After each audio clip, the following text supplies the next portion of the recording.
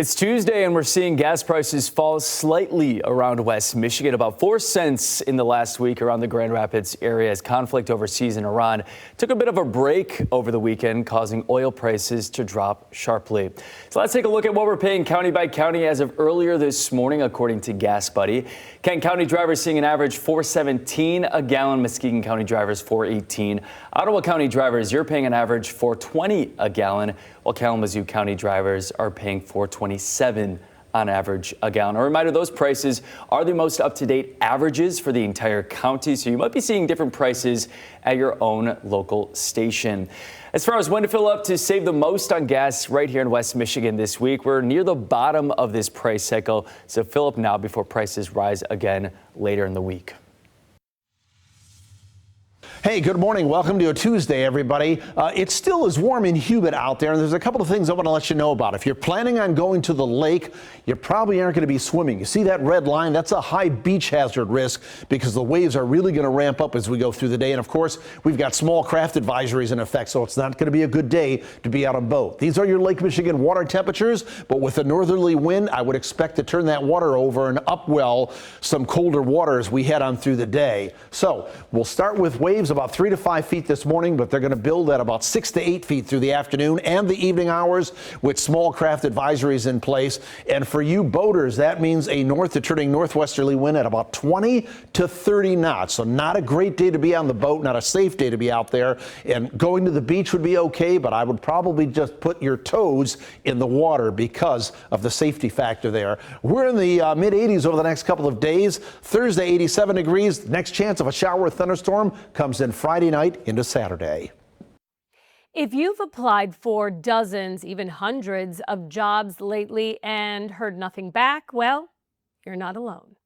Despite hearing positive unemployment rates, hiring is down compared to this time last year and also below pre-pandemic levels. The job market feels hard because it is. It's also really confusing because you do see, different headlines.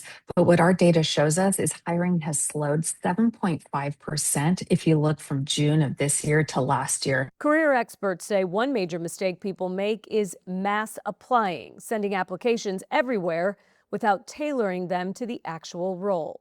Job seekers are saying that they are applying to hundreds of jobs and it's taking them months or even sometimes upwards to a year to get hired. And in today's market, recruiters are paying attention to more than just resumes, and this includes LinkedIn.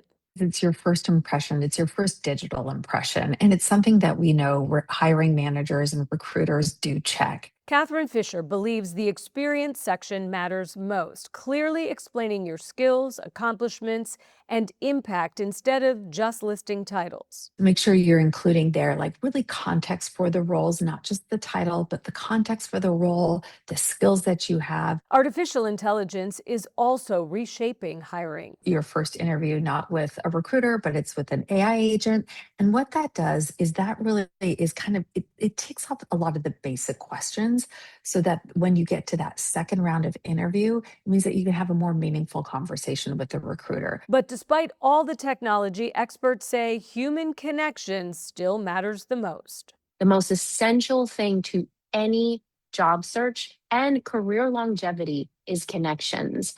Experts say today's job search is a mix of technology and relationships, using AI and LinkedIn to get noticed while still relying on real people to actually get hired. Holly Furfer, Scripps News Group. The national average for a gallon of gasoline is about $4.10 a gallon to start the week. And even though there was a weekend pause in fighting between the U.S. and Iran, there remains major questions about where the conflict will head next, especially with President Trump's social media posts over the weekend. U.S. airstrikes remain paused following a nearly 2-week period of operations, but that does not mean it was a quiet weekend when it came to the Middle East. Iran's foreign minister accusing the president of Ukraine of killing a sailor by attacking an Iranian vessel. Writing on X, Zelensky has attacked an Iranian commercial vessel, killing a sailor, a blatant UN charter violation, adding, that it cannot go unanswered. Zelensky admitted to some military action, posting they recently saw, quote, very strong results with long-range strikes in the Caspian Sea, including vessels used in military cargo shipments involving Iran, as well as a warship. The developments risk two of the world's biggest conflicts potentially colliding. Meanwhile, the Pentagon updated its database of the fallen in recent months from overseas operations to now over 600, magnifying the human cost for American service members and their families. With gas prices up over 20 cents a gallon in the last month, President Trump on social media posting fake images of him targeting Iran further. This post with the caption, "Goodbye, engine room." This one featured Karg Island, the influential Iranian island that is central to their oil operations. Joe St. George, Scripps News Group, Washington. Organizers of the Grand Haven Coast Guard Festival forced to make a tough decision Monday after severe weather threats made them cancel the annual parade of ships. It is one of the festival's signature events where thousands line up along the lakeshore to watch a large number of vessels make their way into Grand Haven.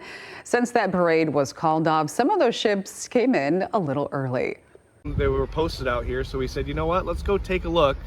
And then we saw someone posted they were coming in a little early, so we came out here. Well, when the fog was sitting out there, you could kind of see them just like, it almost looked like a pirate ship. So now that they're out there coming in, it's really nice to see that they cleared up so we can actually watch them. The weather may impact other events as that festival continues this week. Be sure to check official Coast Guard channels to get the latest updates. The nationwide Cyclospora outbreak continues to grow. Health officials tracking thousands of cases across the country. The CDC says this is one of the largest outbreaks in recent years. Illness is now reported across 41 states. Doctors say the scope is highly unusual. Cyclospora during the summer months is kind of expected. We do see some outbreaks that occur pretty much every year, but we're talking about 60 cases, 100 cases. Not like now where there's maybe upwards of 12,000 cases. Those are not all confirmed, but they're there. So this is just huge. And so probably what we're looking at here is an outbreak that's driven by an extremely popular food item. Symptoms can take up to 2 weeks to appear, usually after eating contaminated food or drinking contaminated water. Explosive diarrhea, stomach cramps, nausea, fatigue, and loss of appetite, just some of the symptoms. Cyclospora is usually treated with a prescription antibiotic. Most people recover with proper treatment. Singer-songwriter Carly Simon has revealed she has been diagnosed with Parkinson's disease and was recently treated for skin cancer. In a statement, the 83-year-old said she had months of worsening mobility that continued even after multiple joint replacement surgeries. Simon said she's now receiving treatment for the neurological disease. She also revealed she underwent surgery to remove basal cell carcinoma from her face, saying it contributed to staying out of the public eye. Despite the health challenges, Simon said she's continuing to make music. She's releasing a new album on August 14th.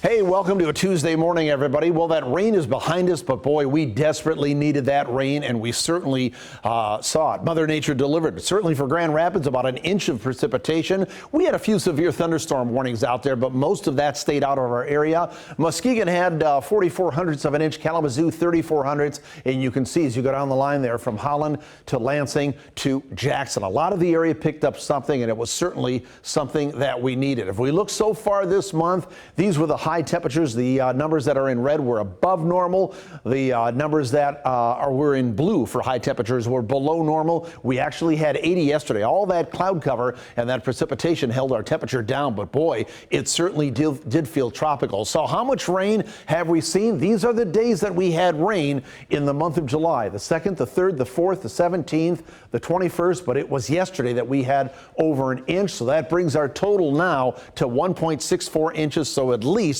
we saw what we needed. We'll have more coming up in just a bit. We have to celebrate some birthdays today. Amari turning 8 years old. And watch out, we've got a 3-year-old. Happy birthday, Forrest. And Lincoln, officially double digits. Happy 10th birthday to you. And look at Mackenzie, also turning 3 years old today. Happy birthday. Tinley turning 9. Love that name. That's my niece's name. And we've got Xander rolling into 4 today. Happy birthday, bud. If you have a child that has a birthday coming up, we cannot wait to celebrate them. Send it to us. It's mornings at fox17online.com.